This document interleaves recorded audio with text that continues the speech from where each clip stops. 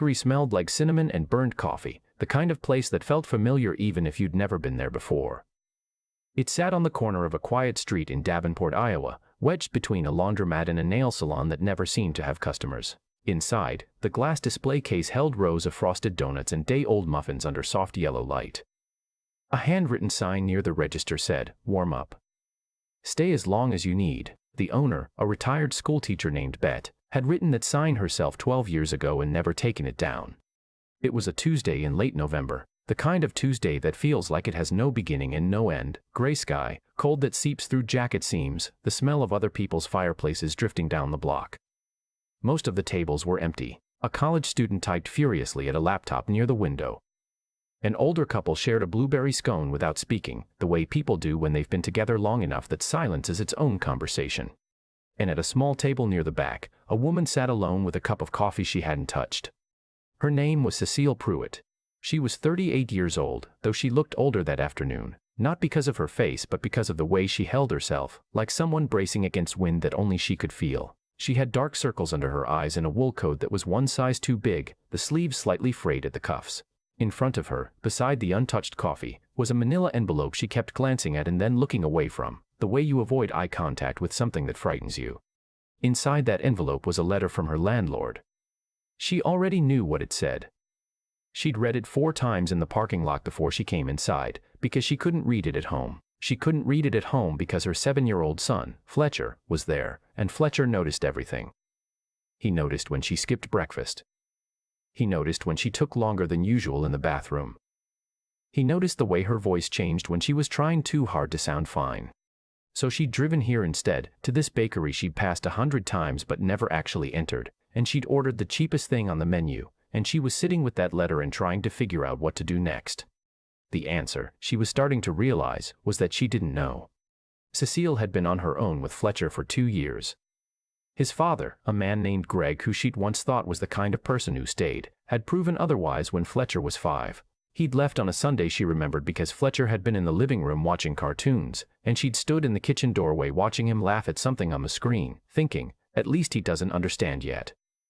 Greg had stopped paying child support 7 months ago. Her lawyer said she had options. Her lawyer also charged $300 an hour, so she'd stopped calling. She worked as a medical billing specialist for a clinic across town. The job was steady enough, steady until the clinic was bought by a larger hospital group in September, and half the billing department was restructured, which was the word they used when they meant eliminated. She'd been offered part-time hours at reduced pay. She'd taken it because there was nothing else. She was 3 weeks behind on rent. The letter in the envelope gave her until December 15th. December 15th was in 18 days. Fletcher didn't know any of this. Fletcher knew that his mom was figuring some stuff out, which is what she told him when he asked why they were eating sandwiches for dinner more often, and why they hadn't gone to the movies in a while. He'd nodded and said okay and gone back to drawing the elaborate maps he made of imaginary countries. He was obsessed with maps, had been since he was 4, covered his bedroom walls with them. Cecile loved that about him. She loved it, and it broke her heart a little too, because she thought about how much bigger his world deserved to be than what she was currently able to give him. She wrapped both hands around the coffee cup even though it had gone cold. Outside, a bus hissed past and fogged the window. She was not a person who cried in public. She had not cried at all since September, when she'd gotten the news about the job, because she'd decided that she didn't have time to cry and that was that. But sitting here now, alone with the letter and the cold coffee and the quiet sounds of someone else's ordinary Tuesday, the laptop clicking, the couple murmuring, Bet humming something behind the counter, Cecile felt the careful structure she'd built around herself starting to develop small, dangerous cracks. She pressed her lips together and looked at the window. That's when she heard it. A small sound, a shuffle of feet. She turned and found a boy standing less than 2 feet from her table, looking up at her with the solemn expression that young children sometimes get when they're working very hard to be brave. He was maybe 6 years old, small for his age, with sand-colored hair that needed cutting and a striped green sweater that had a small iron-on patch on the elbow in the shape of a dinosaur. He was holding a crumpled dollar bill in both hands, smoothing it very carefully, over and over, like he was trying to flatten something that couldn't be flattened. Cecile looked at him, then looked around for whoever belonged to him. Near the front window, she saw a woman, young, mid-20s at most, sitting very still with a baby on her lap.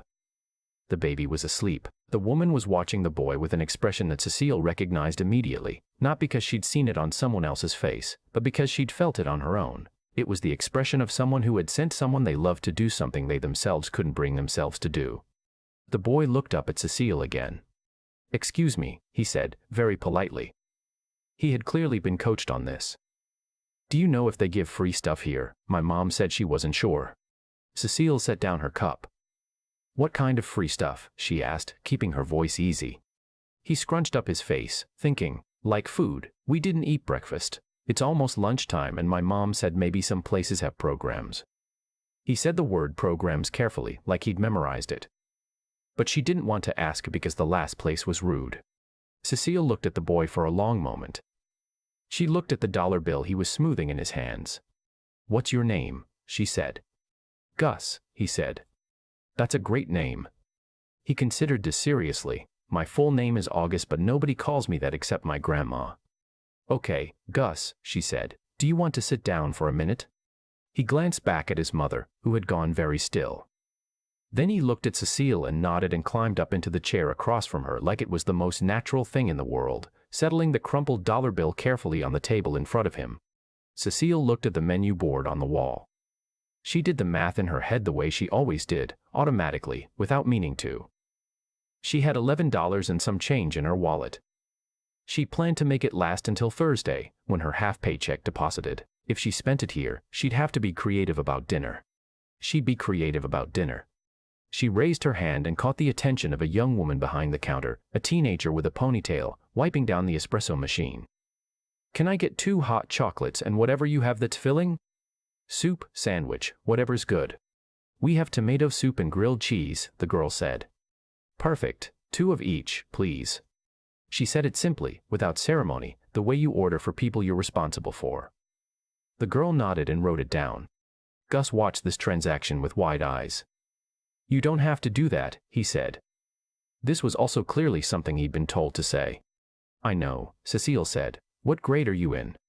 He blinked at the subject change. "First." "Do you like it?"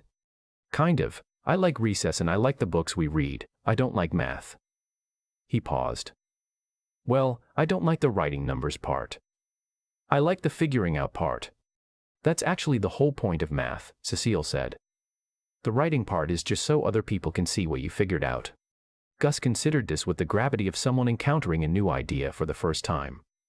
"Huh," he said. "Do you have a favorite book?"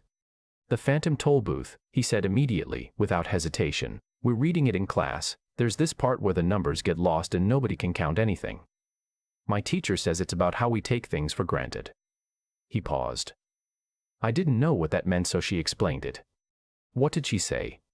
"She said it means you stop noticing something because you always have it."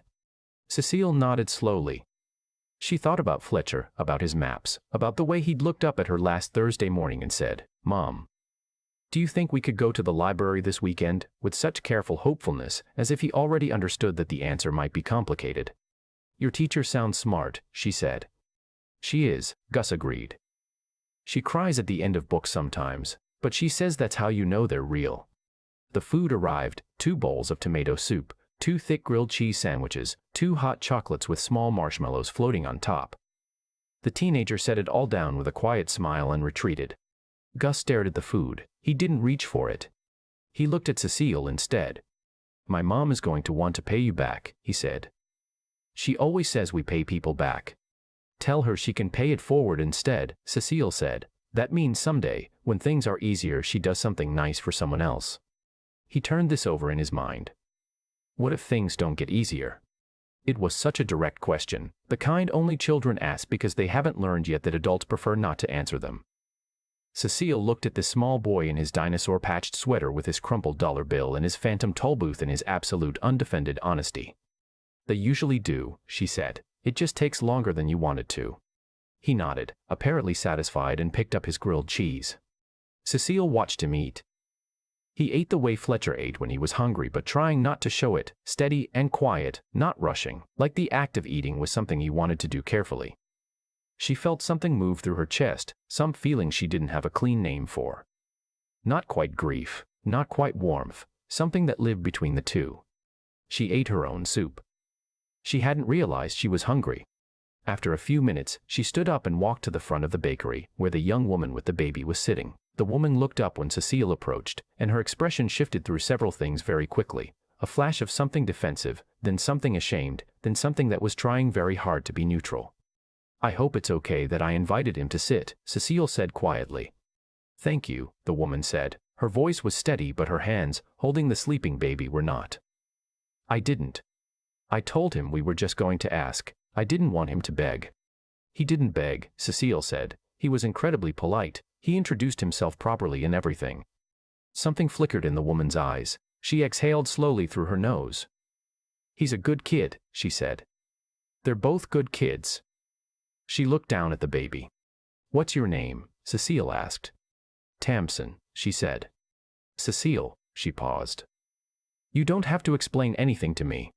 Tamsin looked at her, and Cecile could see her measuring that, deciding whether to believe it, whether it was one of those polite things people said that they didn't actually mean. "My husband lost his job in August," Tamsin said quietly, not like she'd decided to explain, more like the words had decided to come out on their own. "We've been staying with his sister, but she needs the room back. We've been trying to figure it out. Today was just a hard day." "I know what those feel like," Cecile said. Tamsin looked at her again, and this time something shifted, the specific recognition that passes between people who are carrying the same kind of weight. Not pity, not performance. Just, "I see you and I've been standing where you're standing. Please come sit with us," Cecile said. "The soup's good." Tamsin hesitated. The baby stirred slightly in her arms and settled again. Cecile watched her make the decision, watched her choose, very deliberately, to let someone be kind. She stood up and followed Cecile to the back table, where Gus was working his way cheerfully through the second half of his grilled cheese and explaining to nobody in particular why the tomato soup would be better with crackers. Bet, the owner, had been watching from behind the counter. She was 64 years old and had seen a great many things happen at her tables over the years: first dates and breakups, job interviews and arguments, birthday celebrations and quiet lonely afternoons that went on too long. She had a gift for knowing when something true was happening, as opposed to something performed. She went to her back room and came back with a small basket, a loaf of bread, 2 apples, a container of peanut butter, and a bag of animal crackers. She set it down on the counter and caught the eye of the teenage girl. "When they leave," she said quietly, "give them this. And don't make a thing of it." The girl nodded. Cecile didn't know about the basket. She was sitting across from Tamsin, who was nursing the baby discreetly under a blanket, and listening to Gus explain the political structure of an imaginary country he called Velmoria, which had, according to him, a president who was also a librarian, which he considered very efficient. "Fletcher would love you," Cecile said, before she could think better of it. "Who's Fletcher?" "My son. He's 7. He makes maps." "Of what?" "Imaginary places, mostly. He's been working on the same one for 8 months. It has rivers and everything." She paused. "I don't get to talk about him enough.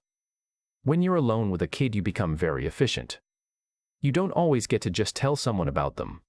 Tamsin looked at her over the top of the baby's head. "How long have you been on your own?" 2 years. "Is it?" Tamsin stopped, started again. "Does it get, is it?" "Yeah," Cecile said simply. "It does."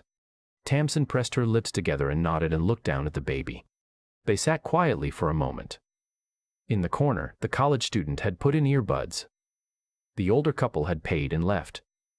Outside, the sky had gone from gray to the dark pewter color that meant evening was coming sooner than expected. Cecile thought about the letter in the envelope. About December 15th. About the fact that she had come here to sit alone with her fear, and somehow she had ended up at this table, eating warm soup, listening to a 6-year-old explain parliamentary procedure in Velmoria. She didn't fully understand why that felt like something. But it did. When the time came to leave, Cecile paid for the food and gathered her coat and the envelope. She tucked it into her bag without looking at it. Tamsin stood and adjusted the baby and held out her hand, and Cecile shook it, and there was a moment where neither of them quite let go because they both understood that they were two people who had met at a very specific kind of difficult moment and probably wouldn't see each other again. "Pay it forward," Cecile said. "Pay it forward," Tamsin repeated. Gus had already climbed down from the chair. He walked up to Cecile and very formally held out his hand. "Thank you for lunch," he said. It came out "thank you for lunch," very practiced, very sincere. Cecile shook his hand. "Take care of your family, August." He grinned, the first full unguarded grin she'd seen from him, the kind that takes over a child's whole face without permission. Nobody calls me that except my grandma. I know, Cecile said. It's a good name.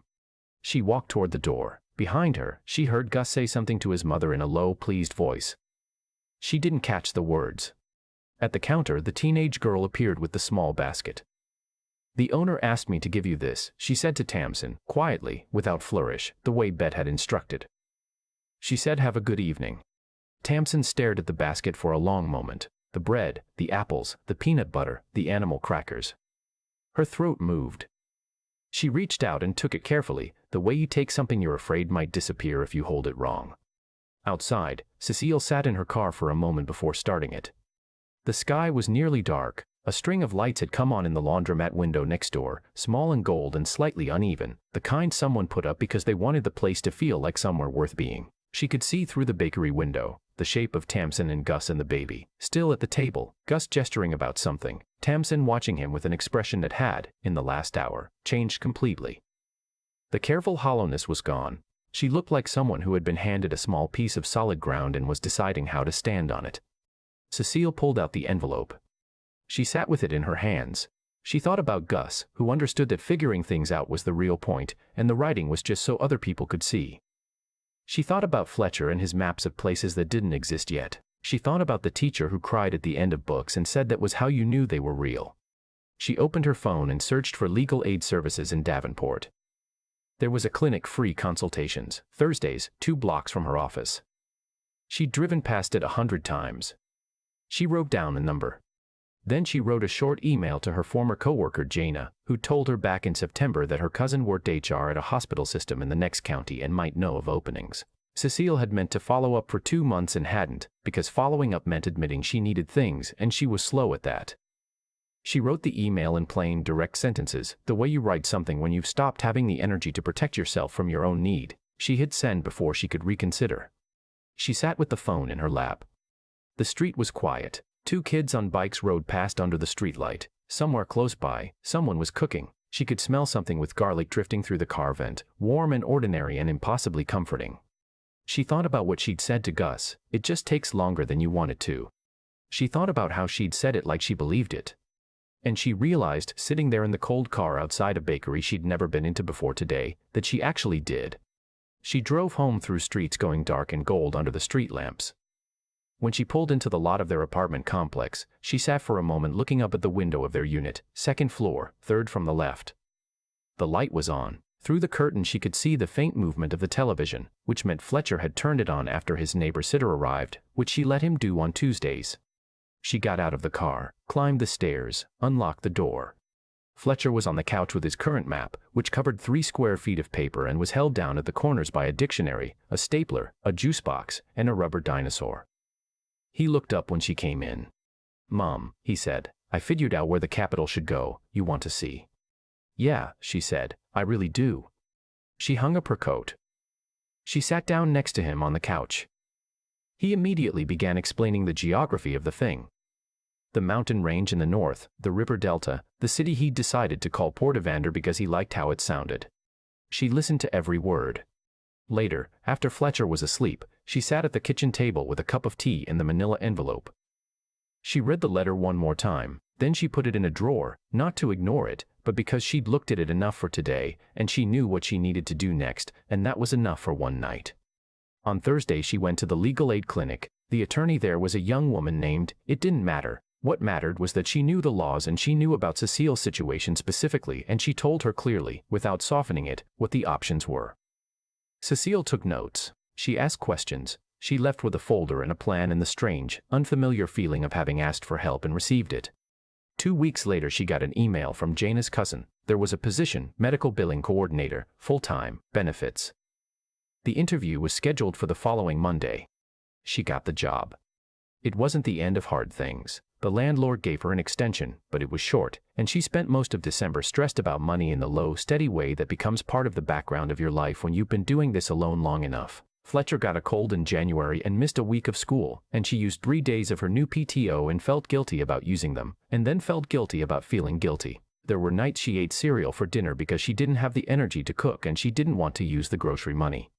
But the job was real. The legal aid attorney filed the motion against Greg, and the process moved slowly, but it moved. Port Evander got a harbor and a railway station and a library in the center of the capital square, because Fletcher had decided that every good city needed those three things.